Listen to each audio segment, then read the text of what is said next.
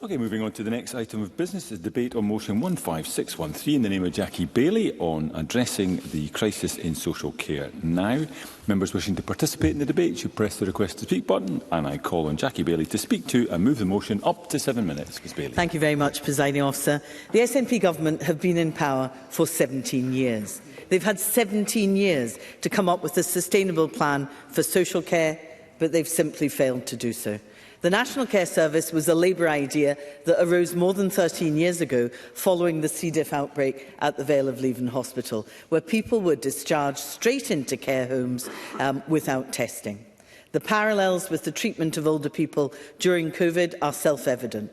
Had the SNP reformed social care as we told them to do all those years ago, the outcomes for older people during the pandemic might have been better. And the failure to reform means that on the SNP's watch, things have simply got worse. Delayed discharge has risen to a record high. Care homes have reduced by a fifth. 9,000 Scots are waiting for assessment and care packages. There is rising unmet need, which has led to a crisis in community health and social care. Existing care packages are being cut, and just last week, I heard of an older person nearing end-of-life care, unable to get a care package at home. Let me say to the Cabinet Secretary, if you can answer this, what kind of society are we that we cannot provide care in these circumstances? Cabinet Secretary. Clearly, that's why we need reform. But the critical issue that we have got before us, and what Jackie Baillie and I were able to hear directly from Scottish Care at the conference, is the issue around finance and financial sustainability. So the biggest issue in that regard is the UK Government's employee national insurance contributions grab on Scottish public services. Is it Labour's position that Scottish public services should be funding a Treasury tax grab, or can we unite and say that UK Government needs to think Jackie Baillie, again? I can give you the time back, but interventions will need to be briefer. I am grateful to you for giving me the time back, probably out of the Cabinet Secretary's speech. But let me say, 17 years to do reform, 17 years in which they've failed the social care sector. They have responsibility right now, and that's the legacy of the SNP. Let's take integrated joint boards. If the Minister would be quiet for a minute. Integrated joint boards responsible for the delivery of social care are facing huge deficits. For Q1 of this year alone, over £160 million overspent. It will be much worse as we enter the end of the year, and the cuts they are making will have a direct impact on those who require care the most. This is happening now on the Cabinet Secretary's watch. In that context, £30 million being wasted on a failed National Care Service bill is a travesty. More than £2 million spent on private consultants, but not one single penny has paid for an extra carer. And instead of delivering the reform at the very heart of the Feely Review, the SNP is delivering a masterclass in stubbornness, preferring to waste even more time and money than admit that they got it wrong. This is one of the worst examples of legislation that I've seen. At stage 1, reservations were brushed aside. The committee was presented with stage 2 amendments that amounted to 41 pages. The original bill was only 38 pages long. Every part of section 1 on the principles of the care service was changed. In fact, little in the bill remains unscathed. This is, in effect, a brand new bill preventing proper scrutiny and flouting the parliamentary process. This shows that the government has no vision and lacks direction. And if you don't believe me, maybe they'll believe Scott Wortley and James Mitchell, two experts in policy and lawmaking. They described the National Care Service Bill as policy making on the hoof. I think they were being unduly generous, because they weren't to know that just days before the Stage 2 deadline, the Scottish Government would pause the bill again. Meanwhile, unpaid carers, care workers, disabled and older people continue to struggle in a broken system. The Government should urgently publish a timetable that sets out how it will actually deliver much-needed social care reforms. The SNP repeatedly state that those who rely on social care want the bill to succeed, but I'm afraid not in its current form. A statement from the National Carers Organisations this week called for investment in social care in the upcoming budget and delivery of a commitment to remove care charging, something promised in their manifesto 3 years ago but not delivered. They called for delivery of priorities like a right to a break from caring and Anne's Law. They called for agreement of a shared strategy for improving the provision of social care by supporting the development of a wider market of providers across all sectors. All of these things can be delivered without the National Care Service Bill, which even the Minister finally conceded yesterday at the Health Committee.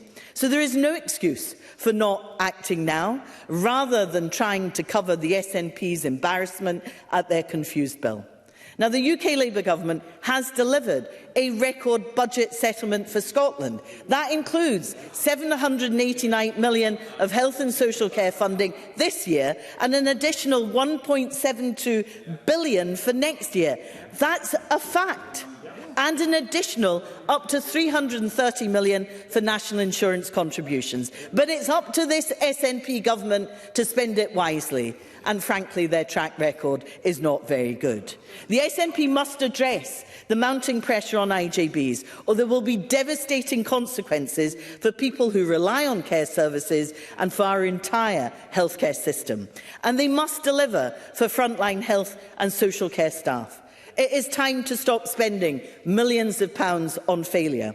The SNP government have had years to deliver the reform of social care that is so necessary.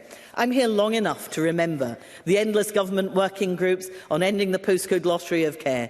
Lots of warm words, little action. The time has long passed to deliver real change in social care.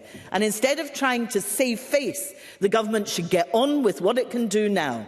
Deliver a right to respite for carers through the Carers Act. Deliver ethical commissioning through the Procurement Reform Act. Deliver collective bargaining through the Public Contract Scotland Regulations 2015. Deliver a national social work agency which doesn't even need any legislation at all. And we can deliver Anne's Law through the Social Care and Social Work Improvement Scotland Regulations of 2011. Reform can start today, but the SNP are making a choice to delay.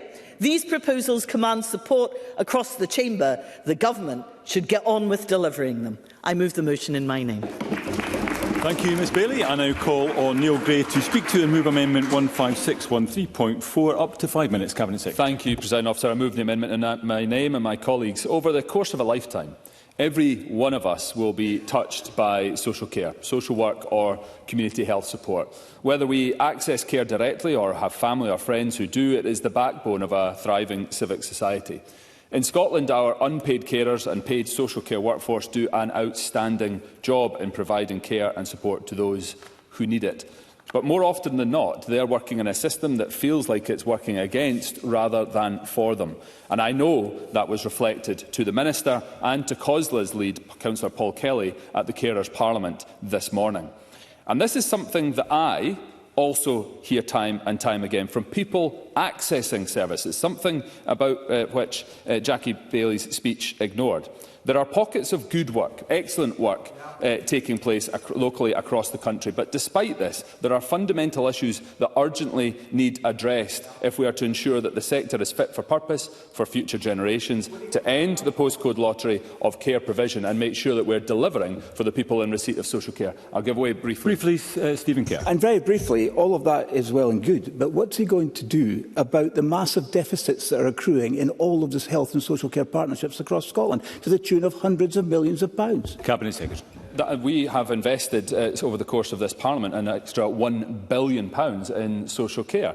We are providing a substantial investment through both health boards and to our local authorities. And clearly there is a budget coming next week where we will seek to ensure that we are providing the support that's required to our communities.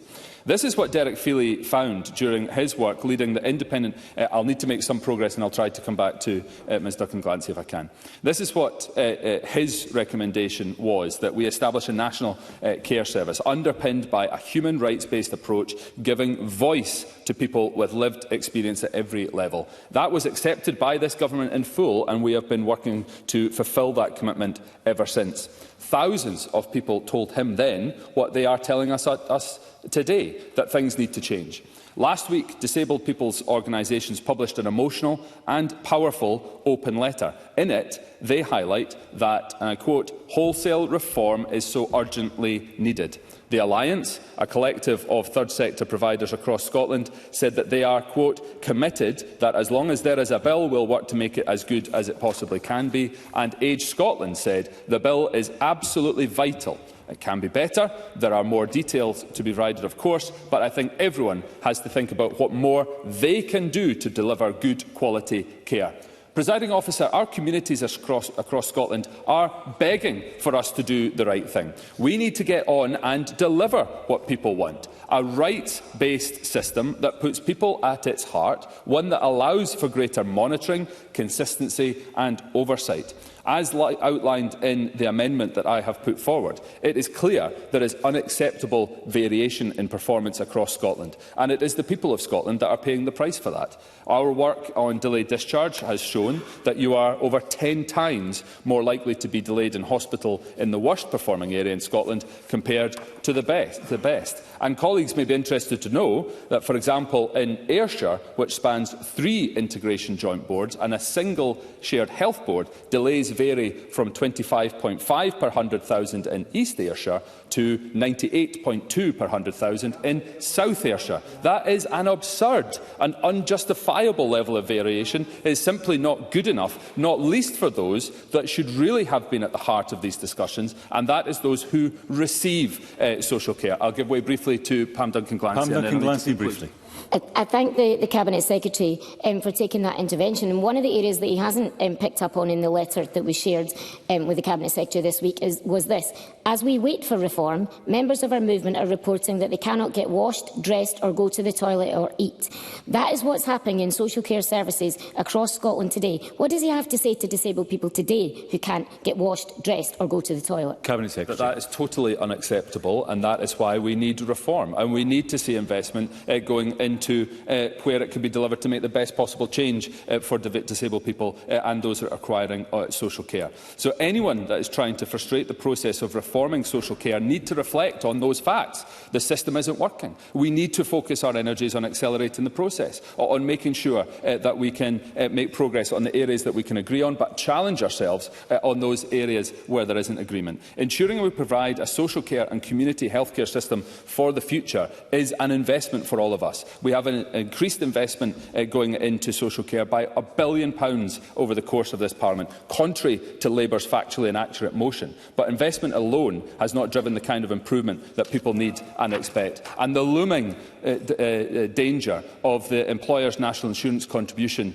calamity is large across the social care sector, who find that it's estimated to be £84 million that they will need to survive. Frustrating the progress, to conclude, Presiding Officer, of social care reform through the development of a national care service is to ignore the pleas of the very people who are so desperately calling for change, and accepting crippling and punitive taxation through ENICs is actively working against them. For too long, individuals have been telling us that social care needs reform. Now is the time for this Parliament to exercise its duty to listen and to act in the best interest of the people of Scotland. Thank you. I now call Sanders Gulhani to speak to and move Amendment 15613.2. Up to 4 minutes. Dr Gulhani. Thank you. I wish to declare my interest as a practising NHS GP. The motion before us highlights the SNP's mismanagement of its flagship National Care Service Bill. At the heart of this failure is Marie Todd, the Minister in charge of social care, who told me yesterday she was in charge of this bill, but seemingly not trusted for this amendment. Time and again, the Minister assures us of her commitment to reform, yet her actions tell a different story. Deputy Presiding Officer, the handling of this bill is a shambles. It has cost the taxpayer so far £30 million, money that could have gone into delivering care for our most vulnerable. The money could have paid for 1 million hours of social care. It could have funded 1,500 care workers for 1 year. Instead, we have an NCS bill that's dead in the water, rejected by stakeholders, experts, trade unions and councils. So how did we get here? The SNP had 17 years to address the issues in social care, yet they squandered every opportunity. The best part of 4 years in particular have been wasted on this flawed bill, which has caused more uncertainty than progress. Instead of improvement, we have chaos. The Minister's approach has been one of denial and deflection, trying to pit one group against another. In yesterday's Health Committee session, I asked Marie Todd if she had been entirely truthful about dealings with COSLA, the representative body for local authorities. She claimed she had been. COSLA has been clear since February, nearly 10 months ago, that serious issues with the bill remained unresolved. Their withdrawal of support 2 months ago was no surprise to anyone, except for Marie Todd. By June last year, there were 3 outstanding matters over which the Scottish Government simply refused to listen. The Scottish Government then produced their draft amendments, which COSLA were not shown until 1 hour before they were made public. The amendments included further significant areas of concern, again showing COSLA was simply not listened to. A particular sticking point was the SNP's decision to include children and justice social work services, which was directly against COSLA's wishes. Council leaders repeatedly warned them that such changes required more consultation and agreement between spheres of government. Their concerns were simply ignored. The SNP's mishandling extends beyond the bill itself. Scotland's hospitals remained gridlocked. Families seeking respite care are left unsupported. Meanwhile, morale among care workers is at rock bottom. Marie Todd's leadership has failed not just in policy, but in delivering basic, immediate solutions to those in need. Under Labour-backed policies at Westminster, employers' national insurance contributions are set to rise, while the salary threshold for those contributions is lowered. These changes are already hitting care organisations struggling to recruit and retain staff. But let us be clear. By her own admission, Marie Todd is responsible for the National Care Service Bill, so she bears primary responsibility for this crisis. If the Minister is actually in charge, then this is gross incompetence. The National Care Service Bill is a costly distraction that has failed to gain public confidence. As the Cabinet Secretary has said, we do need to make things better. But Scotland deserves better than this parade of incompetence. And I move the motion in my name. Thank you. I now call Gillian Mackay, joins us remotely, up to 4 minutes. Ms Mackay.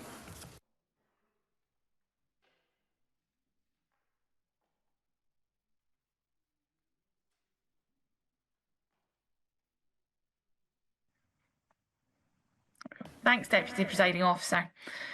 I welcome the opportunity to speak in this debate and reiterate the points expressed by colleagues. It comes as no surprise to us that the social care sector is in crisis and that we must address these pressures with a matter of urgency. The ambitions and efforts behind the introduction of the National Care Service Bill were driven by a profound recognition of this urgent need. Its core aim was to address the long-standing issues plaguing the system, such as unequal access to care, inconsistent standards and the lack of fairness and sustainability in the delivery of care across Scotland.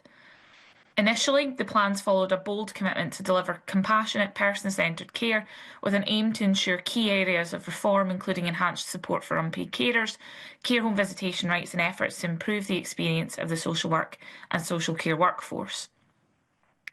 Back in June 2023, COSLA leaders and Scottish ministers reached an initial agreement around shared accountability for the NCS, which would have seen councils retain core responsibilities and its workforce, whilst a new NCS National Board would be created to provide enhanced strategic leadership and oversight. The reason I mention this is to underline the fact that these developments were part of a larger process and efforts to ensure support across the board, and whilst I welcomed and consistently demonstrated support for the ambition to create a fairer system, the current form of the bill raises significant concerns. It lacks clarity on how statutory responsibilities will be shared between national and local bodies, leaving questions about accountability and service delivery. The bill risks the removal of key local decision-making and local accountability, whilst introducing new complexities that risk further aggravating the situation. The past months have seen increasing opposition and concern to the NCS bill from key partners, and I deeply believe that any reform must be backed by key stakeholders and cannot move at their detriment. At the same time, I also wish to take a moment to acknowledge that several organisations are disappointed at the further delays brought to this bill and a process that has come to resemble a bureaucratic dispute between different levels of government and parties. We cannot afford letting the situation slip, and we must ensure that we remain focused on delivering on the commitments and pledges made throughout this process. The establishment of a national care service must be informed by the voices of lived experience, including those who access support and care, the workforce and unpaid carers. Fair work progress for the social care workforce must continue as a priority in tandem with any potential transformation, and the plans must also enjoy broad support from stakeholders meant to be at the forefront of delivery. We also want to ensure that ethical commissioning is a core part of this, and we're concerned about the lack of that being included in amendments at stage 2. And I'll take the intervention from Mr Cole-Hamilton. Briefly, Mr Cole-Hamilton. Very quickly, I'm grateful for the intervention. Can Gillian Mackay confirm the stance of her party on the continuance of the National Care Service? I read in the press that actually the Greens had reversed their support for the bill. Gillian Mackay. I thank Mr Cole-Hamilton for his intervention. At my party's conference earlier in the autumn, the party voted for a motion that removed support for the bill in its current form, but expressed a want to continue support for the provisions that made progress for both unpaid carers and the workforce. So we are willing to work with government to see what of those issues that we actually all agree on we can continue to progress. And I would urge all parties to make sure that social care reform is their top priority and bring forward alternative proposals and what they would be willing to see progress to make sure that we make some progress over social care reform. And I'll, as I'm coming to the end of my time, Presiding Officer, I'll leave it there for now. Thank you very much, Ms Mackay. And I call Alex Cole-Hamilton up to 4 minutes. Mr Cole-Hamilton. Thank you very much, Presiding Officer. I'm very grateful to Jackie Bailey for making time for this today. And I think she hit the right tone with her opening remarks. She did well to remind the Chamber that for this government, social care is often an afterthought. And no more is that true than in the pandemic. And the tragedy of Scotland's pandemic stories is indeed found in our care homes. But I must say, Presiding Officer, I'm grateful though I am to speak in this debate. I do hope sincerely that this is the last time we have cause to debate the ill-fated National Care Service. Presiding Officer, to paraphrase Monty Python, this is a dead parrot of a policy. It's joined the choir invisible. The only reason it's not pushing up daisies is because it's nailed to its perch. And if we're honest with ourselves, Presiding Officer, the Scottish Government have now moved from a position of adaptation to damage limitation to now just trying to save face. Well, I fear that may even be beyond them, because nobody wants this anymore. They have lost the dressing room. We even heard in my intervention to Gillian Mackay that even the Green Party have recognised that this is toast, that there are aspects that were contained in the bill that we can adapt through other means, and I'll come on to that as well. I will give way briefly, yes. Cabinet Secretary, briefly. It's not true to say that nobody wants this. The letter from the Disabled People's Organisations was very clear, and I'm sure he's receiving the same representations to him about this as I am. So does he not accept that it's best at this stage for us to work together to look and see what is the maximum possible consensus on reform for political parties to put differences to one side and to move forward to see reform for our service users? When disabled organisations learn that £30 million already has been wasted on this bureaucratic exercise, that is the equivalent of 1,200 care workers' salaries, they are astonished and outraged. And that is why they have lost the dressing room. It has been roundly rejected by trade unions, by councils, by those who've joined from the care sector and saying no thanks to these plans. Plans which, in the cold light of day, amounted to very little more than a bureaucratic centralisation and a ministerial power grab. And the Scottish Liberal Democrats were the only party to have been against them from day one. Right out of the traps, we saw them for the mistake that they were.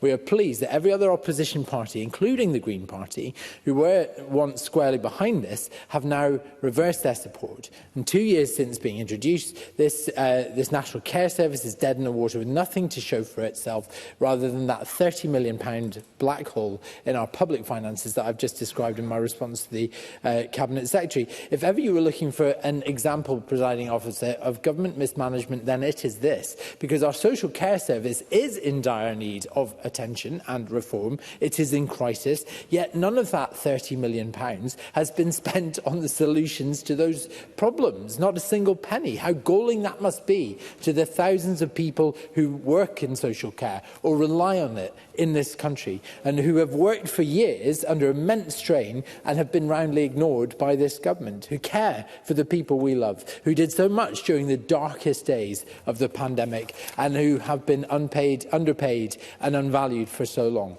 All of this is a slap in the face to them. Many of them are not even on permanent contracts. Many of them are on 0 hours contracts, whilst poor terms and conditions contribute to rising absence due to sickness and to burnout. It's no wonder then there's such a large vacancy rate across the entirety of that care workforce. That's money that could have funded, as I said, 1,200 care workers we desperately need, considering how high delayed discharge continues to be in this country. My party want hard-working social care staff to have the better pay and conditions they deserve right now. In fact, we wanted them to have it years ago, before the government embarked on this ill-fated misadventure. We want them to have access to collective bargaining, to centralise or standardise carer progression. That would put them on a par with teachers and nurses and go some way to making social care a profession of choice once again. You don't need this legislation. Sorry, you want me to conclude? You don't need this legislation to introduce. There are key vital aspects the Labour Party have identified in their motion. We can find other mechanisms to do so, and we should. Thank you. Thank you, Mr Cole-Hamilton. We move into the open debate. I can advise the Chamber we have no time in hand. In fact, we are already behind schedule. With that, I call Paul Sweeney to be followed by Claire Hockey. Up to 4 minutes. Mr Sweeney. Thank you, Deputy Presiding Officer. It's a pleasure to support the motion today. The Cabinet Secretary is right to highlight the fact that the National Care Service or its concept is essential for the future of Scotland. The social care is so critical to all aspects of our civic society, and that most families in Scotland will have experience of care requirements in their own households. So it is essential that we get this right. But unfortunately, it seems that no good idea can survive contact with the calamity of this government's administration of it. Time and again, all parties have offered goodwill to the government to try and get this right. Numerous months spent in committee trying to support the government to get this right, but we have ended up where we are, where key stakeholders have withdrawn their support across local government, across the trade unions and across the social enterprise sector. That is a disastrous performance by the government, and one that they should be reflecting on with humility, not just trying to deny reality. The commitment was made certainly by the SNP government in the wake of the pandemic in 2021, but in the 3 years since then we have had £30 million of public expenditure, delivering precisely nothing of any real value to the people of Scotland. We are no further forward. The crushing issues in the social care sector persist. The rising delayed discharge rates in the National Health Service, low pay, poor working conditions and a lack of choice and agency for people receiving and providing care. In pursuing this bill, the Scottish Government has tried and failed to be all things to all people, and lacked the decisiveness, grit and vision in what this National Care Service should have looked like. They should have learned the right lessons from the creation of the National Health Service when Nye Bevan was steering that legislation through Parliament. It was not some immaculate conception. There was immense challenge, immense dispute on the creation of the National Health Service, but it took grit, determination and a decision about what it was going to be. It was going to not be in local government, it was going to be a national service. It wasn't going to be privatised hospitals, it was going to be a national service. At least they made the decision at that time, but the Minister, the Cabinet Secretary, the Government has not had the gumption to do that on this occasion. Yes, happy to give Alex Cole-Hamilton briefly. Paul Sweeney makes a very good case about the SNP trying to dress this up in the clothes of our much-loved national treasure in the NHS. But does he also recognise that the NHS is free at the point of use? Nothing about the NCS would make that true of social care. Paul Sweeney. I think Mr Cole-Hamilton made a very astute point. In fact, the Scottish Trade Union Congress have highlighted that there is over £100 million a year of leakage out of the social care system in profiteering, and that is certainly something that is not often mentioned by this government when it is tackling the issue of efficiency in public expenditure, and indeed the fact that we have often the case that people are having to sell their assets that they've worked their whole lives to build up to fund social care.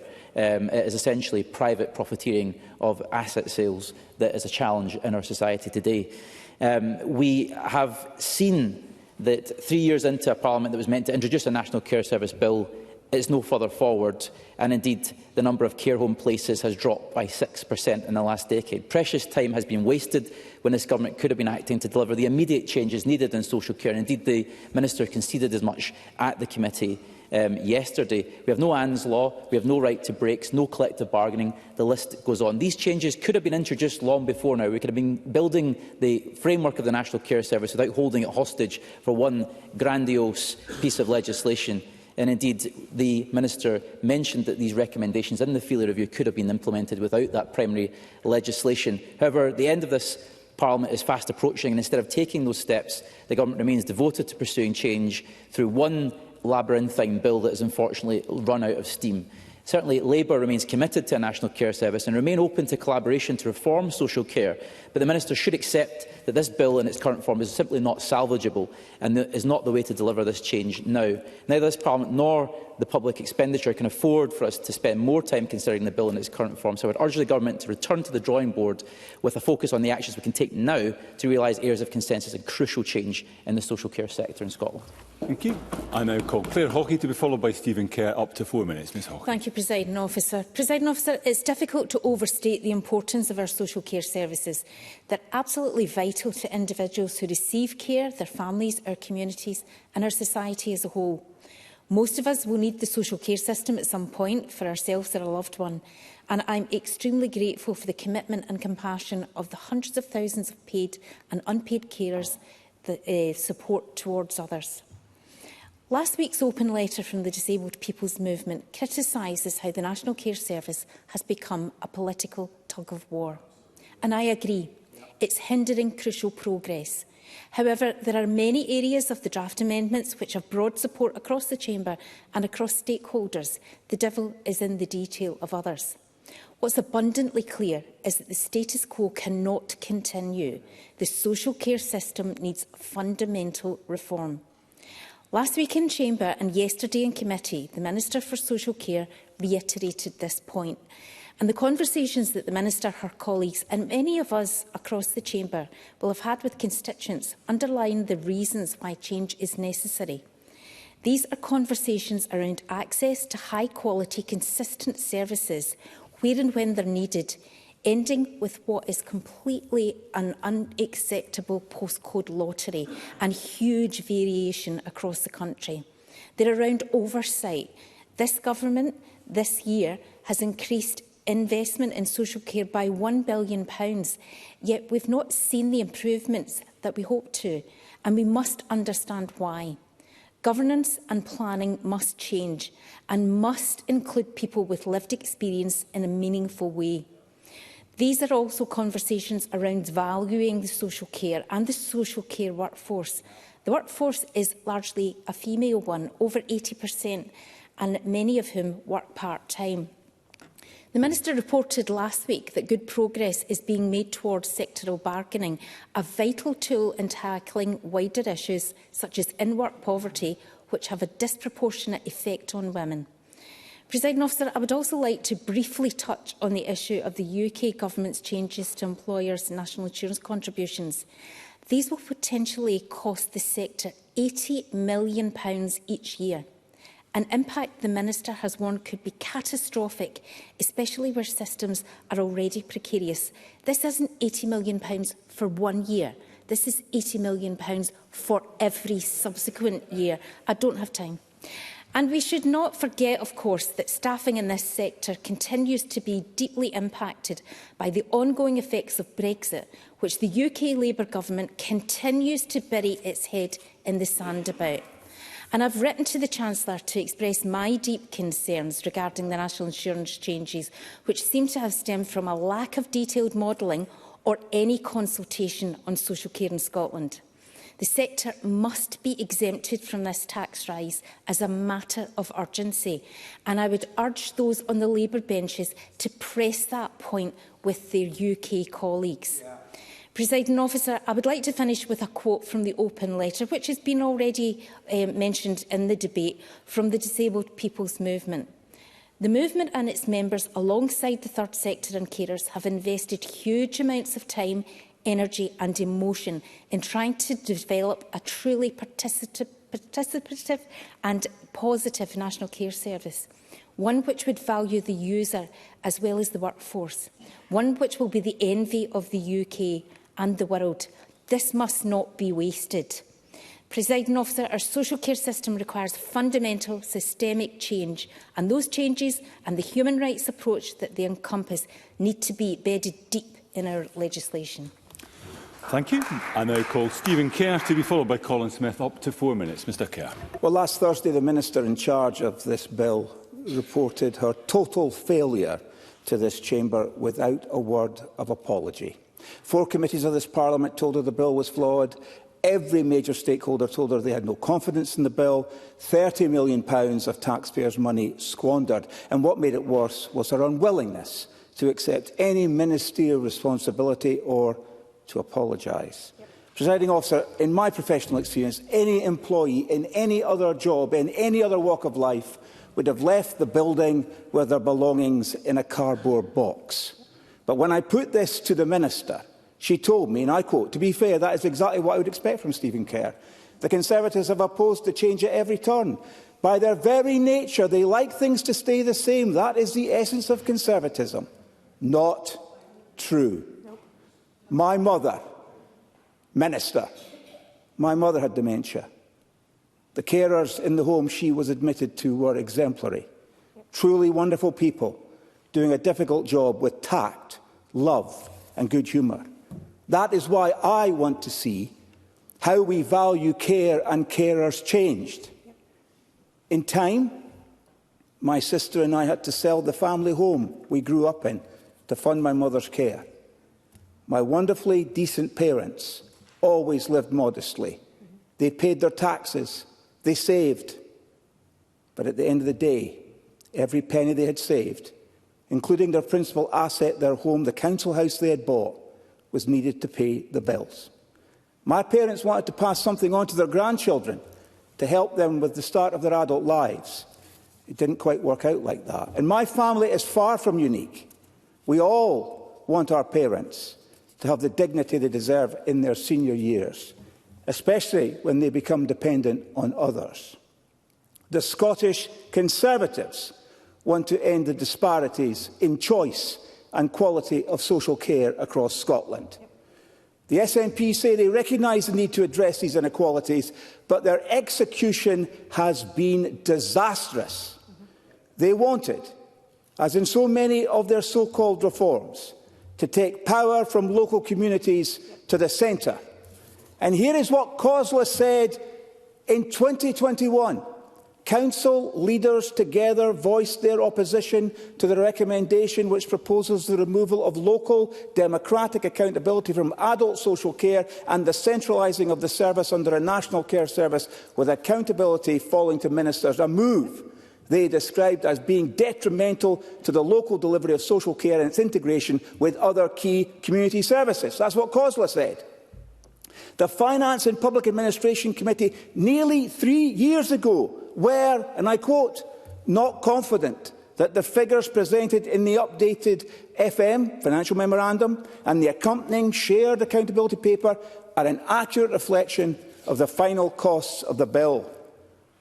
And the STUC General Secretary, not someone that I would normally quote as a Scottish Conservative, said last month, care workers are on their knees trying desperately to cover shifts and visits to those in need. There's a shortage of staff across Scotland, with local councils and employers all struggling to deliver vital social care. Yet the government is ploughing on with the National Care Service Bill, which fails to address fundamental issues about how social care is delivered. The Scottish Government seems hell-bent on repeating the mistakes of the past. The SNP Government has ignored expert advice, prioritising central control. And meanwhile, health and social care partnerships across Scotland are heading towards certain bankruptcy. Presiding Officer, this is a government out of ideas, out of time, and at times, the Minister should listen to this, out of decency. Whoever follows these ministers into office is going to inherit a total shambles from the most incompetent an economically illiterate government that Scotland has ever endured. Thank you. I now call Colin Smith to be followed by Kevin Stewart. Up to 4 minutes. Mr Smith. Presiding Officer, at the height of COVID, a day really passed when I wasn't contacted by a constituent raising heartbreaking stories. Families not having access to loved ones in care homes because we couldn't get our act together over testing. Social care packages being removed. The pressure to sign do not attempt resuscitate orders. The appalling toll COVID inflicted on our care and nursing homes because the human rights of older people were cast aside. And that COVID crisis has been replaced by a care crisis. The heartbreaking cases grow. Constituents with older relatives stuck in hospital because we don't have carers to allow them to go home. Mums, grands sent to care homes miles from their family to fiddle the delayed discharge figures when they just want to be cared for in their own house. I've had a cancer patient in Dumfries whose last wish was to die at home, not being able to do so because there were no carers, so they had to go into hospital for their final days. A granddad from Wigtonshire sent to hospital in Kilmarnock because the local community hospital in Newton Stewart was closed and they couldn't access a palliative care bed locally. His wife had a 100-mile round trip to visit him each of his dying days. So, Presiding Officer, I don't need to be told that our social care system is broken to be convinced that change is needed. I welcome the pledge from the Government to build from the COVID crisis a positive legacy of a national care service, to put social care on the same level as our NHS, to create parity, to ensure that services were properly funded and properly staffed. I saw it as a real opportunity to deliver national standards wherever you live, urban or rural, but delivered locally and accountable to local people, to drive up care and, crucially, the terms and conditions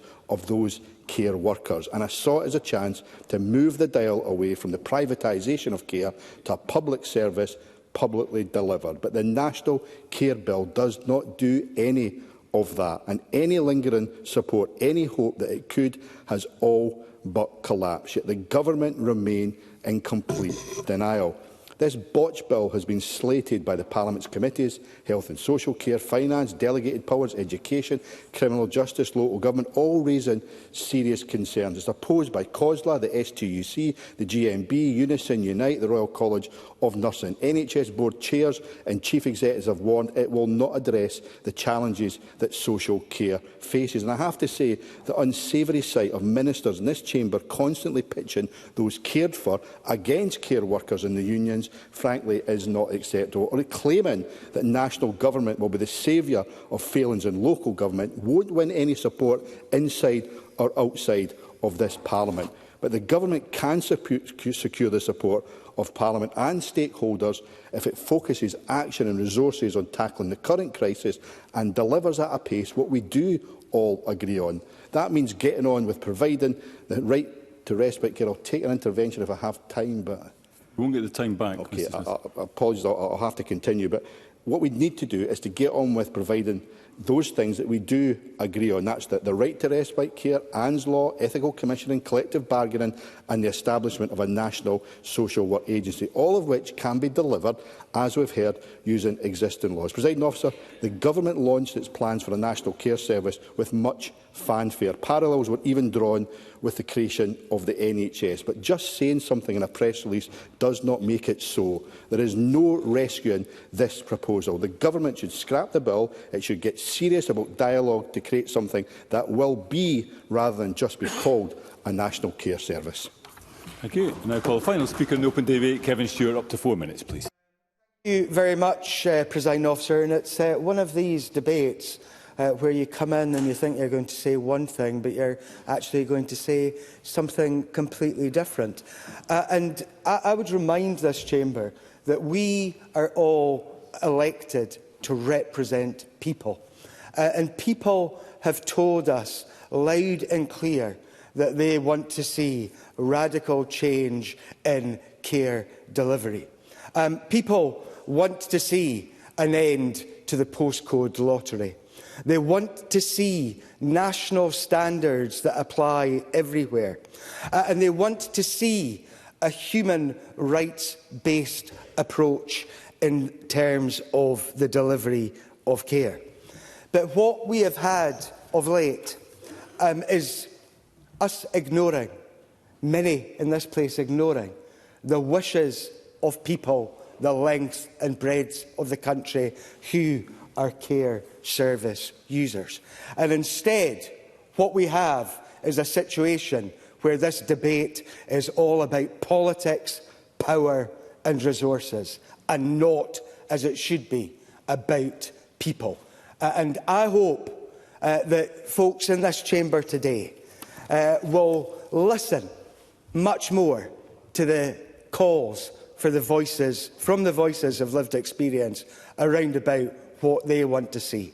And the Cabinet Secretary and Ms Hawkey have mentioned some of those folks who have made it quite clear what they want. The disabled people's organisations who say that wholesale reform is needed. Age Scotland who say the bill is vital.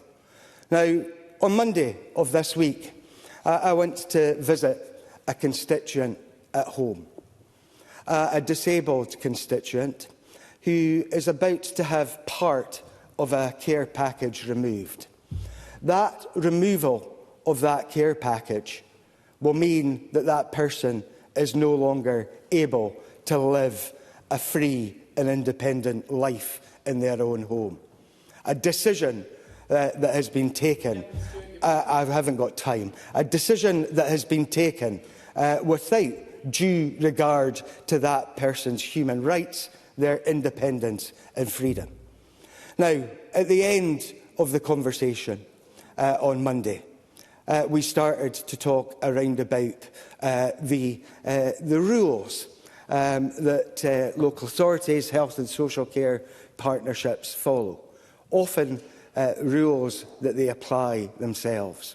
And the call very clearly from that person was that we need change and we need national standards that need to be applied everywhere and no postcode lottery. Now, I said that more of this debate is now about politics, power and resources.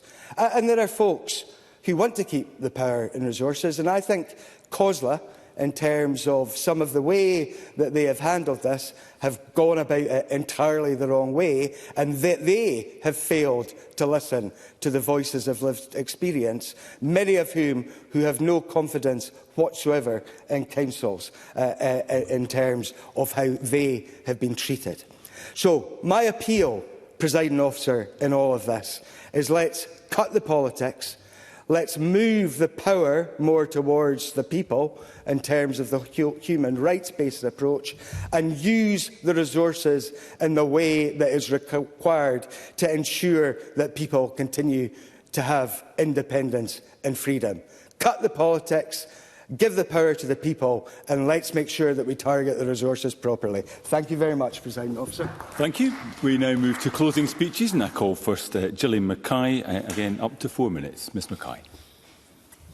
Thanks, Deputy Presiding Officer.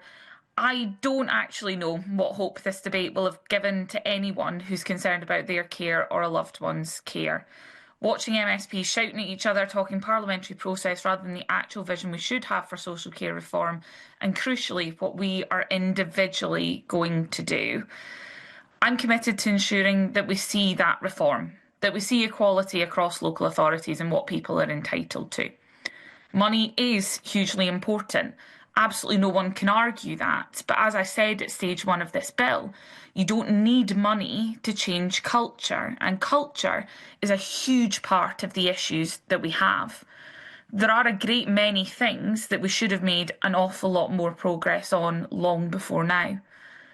Jackie Baillie read out where we could amend other pieces of legislation to give effect to those things that I think the Chamber agrees on. The time that could take to bring about individually is one of my big concerns, especially as the Health Committee is hugely busy with a massive legislative load. I appreciate that we are at a stage where we have a pause in the bill, but I still believe that substantial amendment and getting those things passed that we do agree on is the most expedient way to do that. A great many stakeholders and individuals have put their own time and efforts into some of the provisions and where we've got to so far. And I remain hugely concerned about how demoralising it must be for those who have given their views to this process so far, and actually how badly this whole situation could set back social care reform if we don't do something quickly and give hope to those people. The Cabinet Secretary mentioned the disabled people's organisations, and I had the pleasure of speaking to some of them after our party conference. They were rightly angry that this is being used as a political football, and they told me that while this is a legislation-making process for us, this is their lives. It was hugely emotional, and I'm very grateful to them for sharing their experiences, and it certainly stayed with me. Alex Cole-Hamilton mentioned the workforce, and this is one of my biggest drivers, which I reflected very early in my time in the Chamber because of the experience I had as an unpaid carer for my grandpa. Social care staff are hugely skilled and deserve the recognition and the pay for what they do. We should have collective bargaining, as Paul Sweeney mentioned, but also maternity pay, sick pay and a clear progression in training opportunities. And I hope that the Minister or the Cabinet Secretary, whoever's closing, might be able to point to any progress happening in this area. I'll take the intervention from Mr Stewart. Kevin Stewart. I thank Ms Mackay for taking the intervention. And as Ms Mackay well knows, I was horrified when I was Minister to find out that people were not receiving maternity pay in the 21st century. And that was fixed to a degree.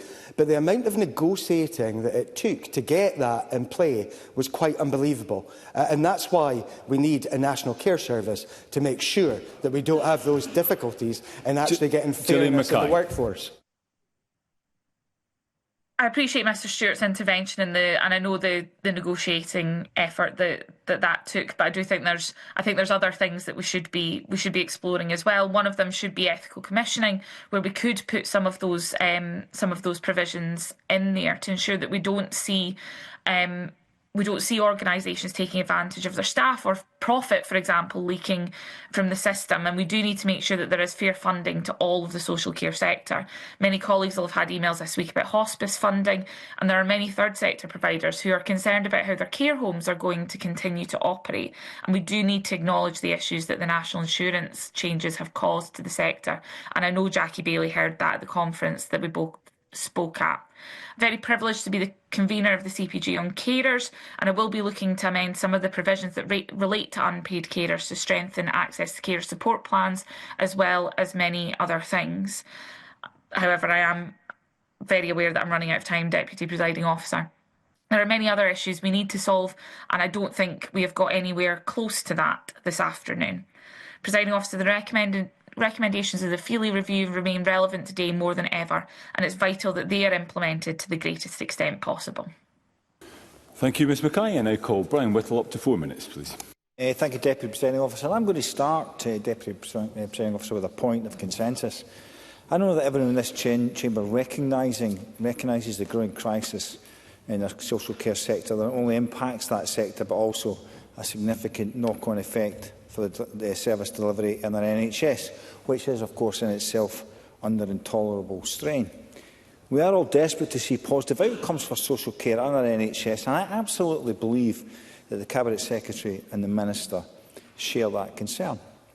However, normally when summing up in a debate, I'm usually able to say things like this debate has been interesting, or it's been robust, or at very least enlightening. Unfortunately, listening to this debate today has been nothing but frustrating. Frustrating because, as we've heard today, since its inception of the initial iteration of this bill, there has been nothing but robust pushback against it. Now, apart from every opposition party in this chamber consistently warning against the current proposals, we have had 4 committees in Parliament saying it wasn't fit for purpose, and the councils, and COSLA withdrawing from the negotiating table, for which, may I add, Deputy Presiding Officer, the Minister and the Cabinet Secretary blame COSLA. What on earth are they listening to? What are they hearing? And I found it extraordinary to listen to the Cabinet Secretary talking about the disparity in delivery of service within NHS Ayrshire with the 3 different councils. Well, have you actually asked them why that is? Because you've had 4 years. Well, but you know what? You've never said in this chamber what the problem is, because I asked them Friday and they told me. The Minister talked in committee the other day about the difference between Argyll and Bute and the Highlands, who have similar demographics. Didn't hear the answer to that. And the reality is, to come up with an effective plan, you need to identify the correct starting point. If you don't understand the problems you're trying to solve, we end up with bad policy. That costs the public purse and eventually has to be changed for future governments. And that's the MO of this Scottish Government, I'm afraid. Starting with a solution, and then they want to work their way back to find a problem that fits that solution. I'll take Briefly, Cabinet Secretary. Genuinely, in the process ahead, seeking to find consensus. So, on basic principles, Feely gave us the answer, which is about national standards. Does the Conservatives agree that we should have national standards that should be implemented across the country? Brian Whittle. Of course we want high standards across the whole country. Of course we have. Of course we do across the whole of the country. But the problem you have, Cabinet Secretary, is there are different issues from rural to urban. We were at the same conference with Jackie Baillie, and we heard that the lack of capacity in care home beds for step-down care in urban areas, which has been reduced by 20%. And then we hear about the rural areas where there's a lack of staff in rural areas to service the capacity, because there is a rural to urban migration which has never been recognised by this government. And we heard that in Dumfries and Galloway there's 90 beds empty because they can't staff it. And the problem is, we heard from Stephen Kerr, very passionately talked about the fact the problems with the independent care sector is that there's unfairness in the way they're treated compared to the public sector. They were told what they can charge, what they will receive, and all the while ensuring they have to staff safely. No flexibility, nor ways to compensate against Scottish Government policy. And this is the deal, Mr Gray. It costs £1,900 to stay in a hospital bed per week. It costs £900 to stay in a care home bed. Do the maths, Cabinet Secretary. Increase care home places, which would reduce delayed discharge, and allows for that increase in carer salary so we can encourage retention and recruitment to the sector. Much more to say, Deputy Presiding Officer, but I will leave my comments there. Thank you. Thank you very much indeed. I now call on Marie Todd. Up to 5 minutes, Minister. Thank you, Presiding Officer. This Government's vision for the future of social care has people, not structures, at its very heart. Throughout the course of the development of the National Care Service and our ongoing reforms, engagement with those who are accessing or delivering services has been consistent, positive and productive. And what have we heard? We've heard the status quo is not an option. The social care system in Scotland is broken. This Government is doing all that it can to protect it while pushing for long overdue reform. Our work is ensuring that we get accountability, scrutiny and flexibility into that system. Collectively, we invest more than £5 billion annually. But there needs to be greater transparency and stronger oversight to ensure that it is going to the places where it's needed. Under our current proposals, a National Care Service will provide the support needed to drive improvement in local areas and a clear, structured route to intervention when local performance is not meeting needs or standards. And underpinning all of our reforms is our commitment to ensure that human rights is at its centre, that people are heard and that conversations are honest and realistic, that when things go wrong, we acknowledge that, and that we have a clear idea of how to work together to do all we can to improve them. The path this bill has taken has not been easy. The most important pieces of legislation often aren't. I'm minded when hearing my colleague quote Nye Bevan and his work in bringing to life the NHS. His quote was that he stuffed his opponents' mouths with gold. That is not an option open to me. We've often had to work to find a path through, but this work is far too important not to consider where we could or where we should compromise when it is required. This shouldn't be about party politics or parliamentary arithmetic. We need to put those aside. Social care should not be seen as a drain. It is an investment, and collectively we must have a shared will to make things better. Let me assure Jackie Baillie, as she shouts from a sedentary position, that we are not investing in social care, that we have invested more than £1 billion this term of Parliament in social care. Jackie Baillie. The Minister for the intervention. What she doesn't do is tell you that demand has risen and we have integrated joint boards who deliver care right the way across the country. In Q1, an overspend of £160 million, and it's gotten worse, and that's now. Minister, I'll give you the time back. And it is impossible to understand how national insurance contribution increase of 84 million in next year and every year are going to improve that situation. Let us all acknowledge the level of strain that is being experienced in our social care system, and that national insurance hike on top of the level of strain that is there is likely to be catastrophic. Now, there are many areas that we agree on, so let's focus on the areas where we disagree and decide on a different approach that will help us to bring Feely's recommendations to life. We know that Scotland has an ageing population, and this means there will be more pressures placed on the health and care system and workforce in the coming years.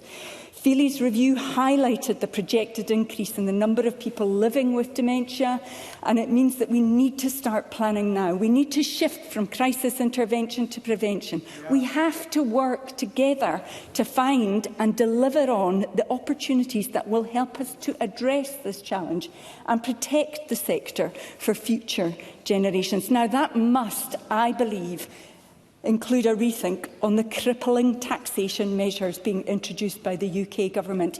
Each time I meet with the sector since the UK budget, I have heard directly from care providers who've told me they simply will not survive the increase in employers' national insurance.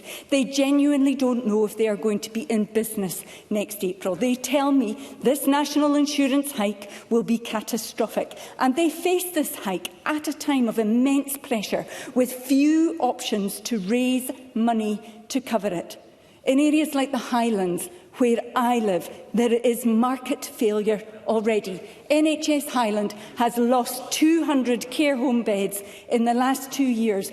Care at home contracts are being handed back. This extra hike in taxation, for me, who has advocated loudly and long for extra investment in social care, it is galling in the extreme to see that a system which is crying out for extra investment, so much of that extra investment will go direct to the Treasury. Thank you, Minister. You do need to conclude.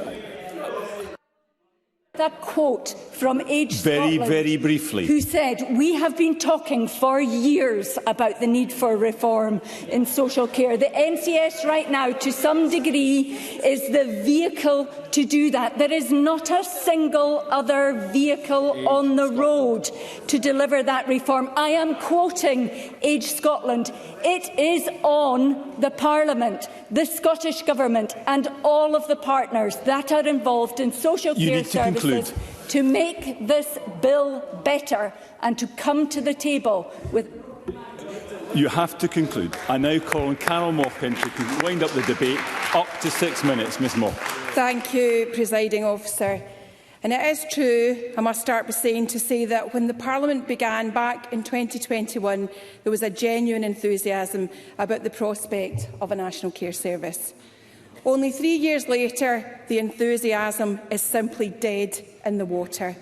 And the conclusion of today's debate can only be that the blame for that must lie solely at the feet of this Scottish Government.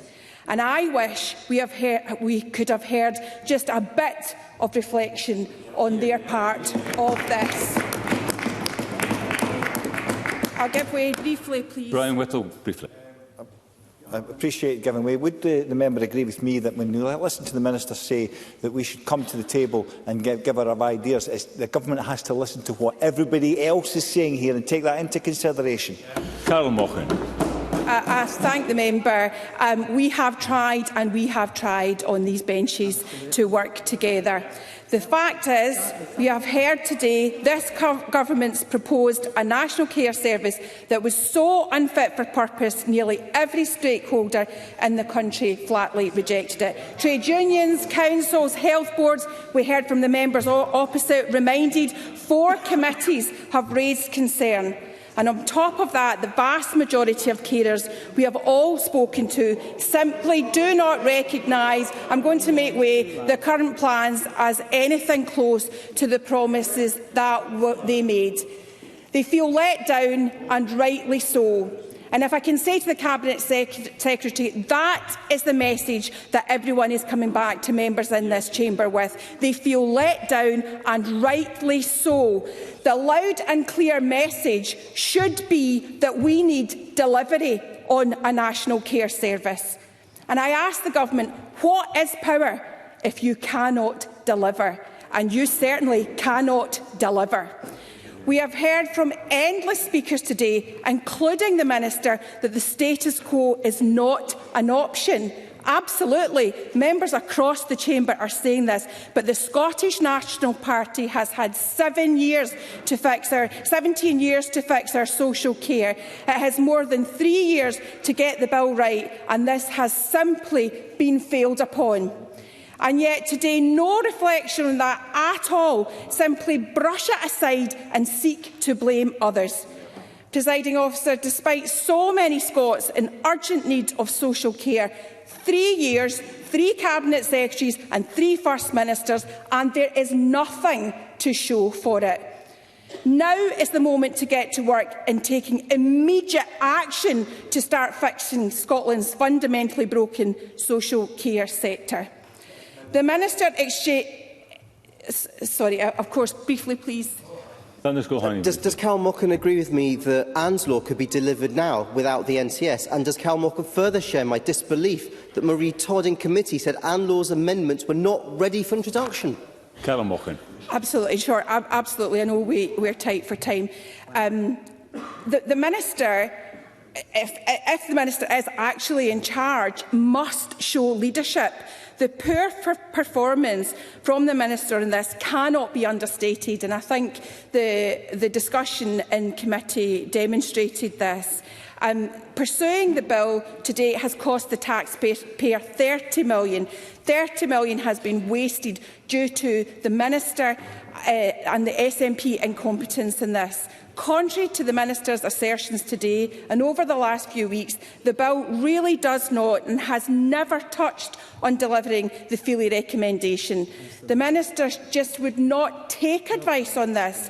And clearly we have seen today there is no commitment to do that or progress anything with real urgency. The Government simply do not listen. Not only has it been wasted millions of pounds, it has used up hours of parliamentary time, and the most important letdown is for the vulnerable and disabled people, as well as their unpaid carers and staff in the process.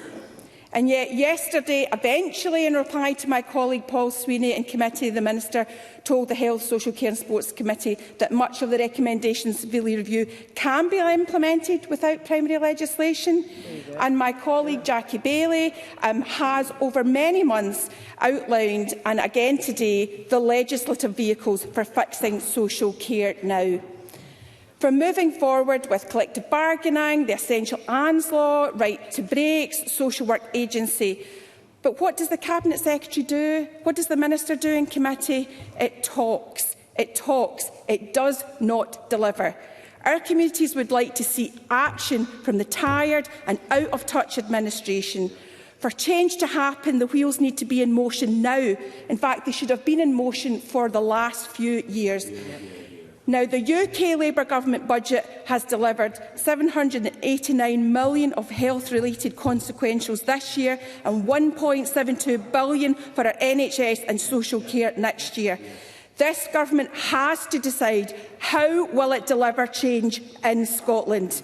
People's care packages are being cut now, delayed discharges are at record high, and staff are leaving in their droves. I'm going to close on this point because I know that we are tight for time. This is not about the UK budget. This is not about the actions of other parliaments. This is about the government in the here and now. I would like to say more, Presiding Officer, but I know we are so tight for time. But the reality is that we must work to get this right for the people in our communities, and it does not appear as if this Scottish Government can actually deliver. Thank you, Presiding Officer. Thank you, Ms Mochan. That concludes the debate on addressing the crisis of social care. Now, there will be a brief pause before we move to the next item of business to allow front benches to change.